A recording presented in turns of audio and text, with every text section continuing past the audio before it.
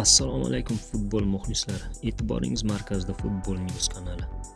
Sizga jahon futbolining eng so'nggi yangiliklarini tanishtirishda davom etamiz. Bizni qo'llab-quvvatlashingizni so'rab qolamiz. Videoga like bosing va obuna bo'lishni unutmang. Demak, boshladik. Madridning Real jamoasi Erling Holand uchun harakatni boshladi. Cout Upside xabarga ko'ra, Madridning Real jamoasi Erling Holandning atrofidagilar bilan yirik kelishuvga erishish imkoniyatini baholash uchun bog'landi. Ehtimoliy transfer uchun bitta asosiy shart mavjud. Qaymoq ranglilar Vinicius Juniorni Saudiya Arabistoni klubiga 250 million yevroga sotishi kerak. Madridliklar tushgan pulni Holand uchun sarflashga tayyor.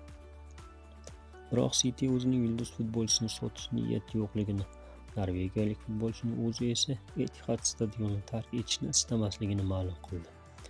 Shunga qaramay hikoya davom etishi kutilmoqda va Real bu ulkan maqsaddan voz kechishi dargumon. Chunki Holand hujumda Kylian Mbappe uchun ideal sherik bo'lishi mumkin.